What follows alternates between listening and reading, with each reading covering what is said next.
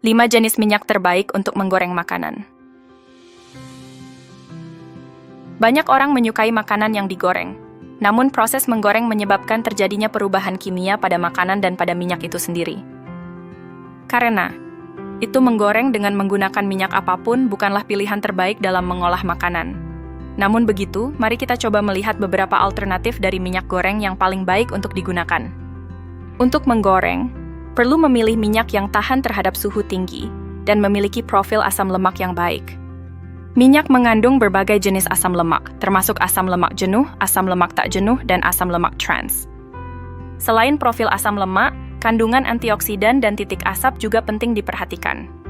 Titik asap adalah suhu di mana minyak mulai berasap saat dipanaskan, yang dalam prosesnya dapat menghasilkan senyawa berbahaya.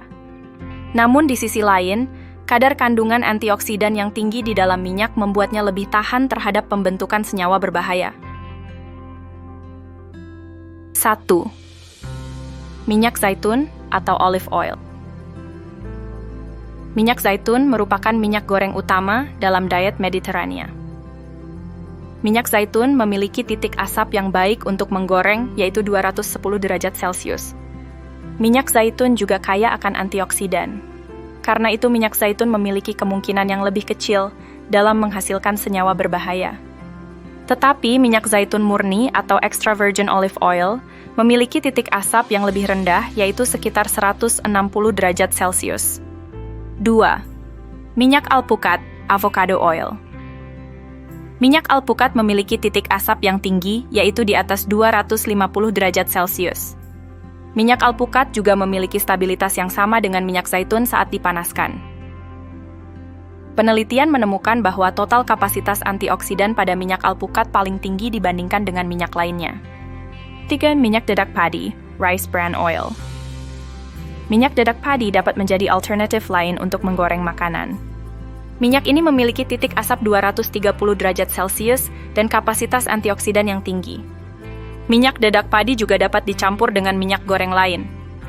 Campuran minyak dedak padi dengan minyak zaitun dan minyak kelapa sawit membuatnya lebih tahan terhadap pembentukan senyawa berbahaya.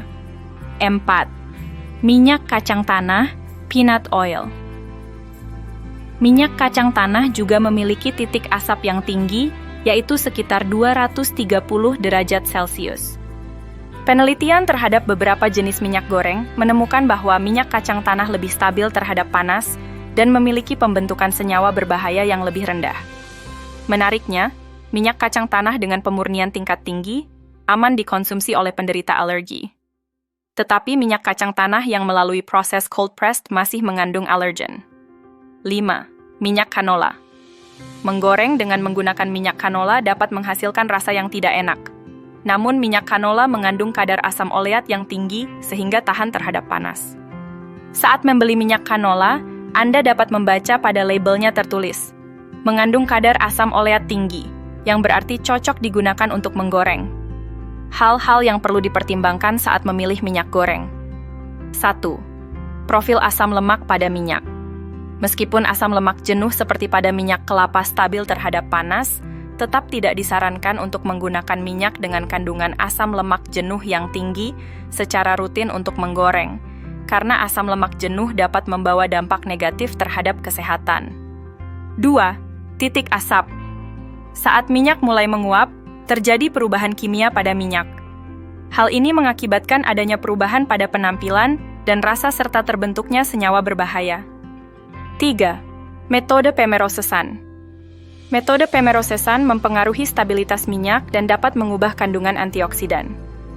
Proses mekanis, seperti yang digunakan dalam memproduksi extra virgin olive oil, dapat mempertahankan kandungan antioksidan alami dari minyak.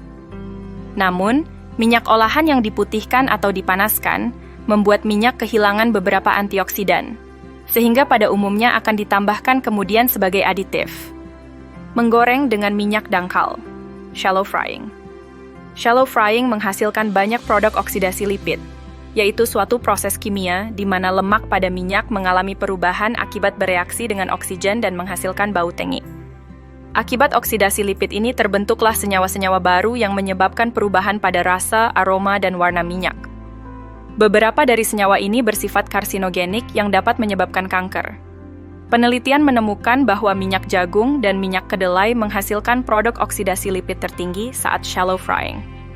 Jenis minyak yang dianggap sesuai untuk shallow frying adalah minyak canola, minyak dedak padi, minyak kacang tanah, dan minyak zaitun.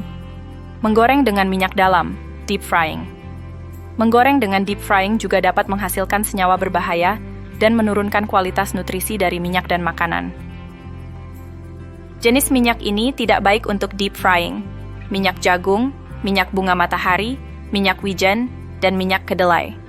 Minyak yang mengandung lemak jenuh yang tinggi, seperti minyak kelapa dan mentega, lebih tahan terhadap panas. Tetapi jika terlalu sering mengkonsumsi minyak ini dapat menyebabkan penyakit jantung.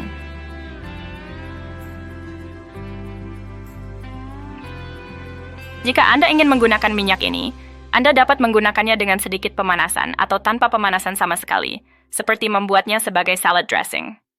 Jangan menggunakan minyak bunga matahari untuk menggoreng, karena minyak ini sifatnya sangat tidak tahan terhadap panas.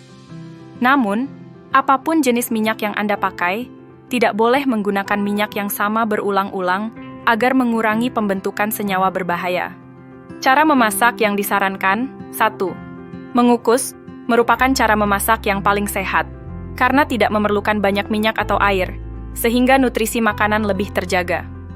Cara ini cocok untuk memasak sayuran dan ikan.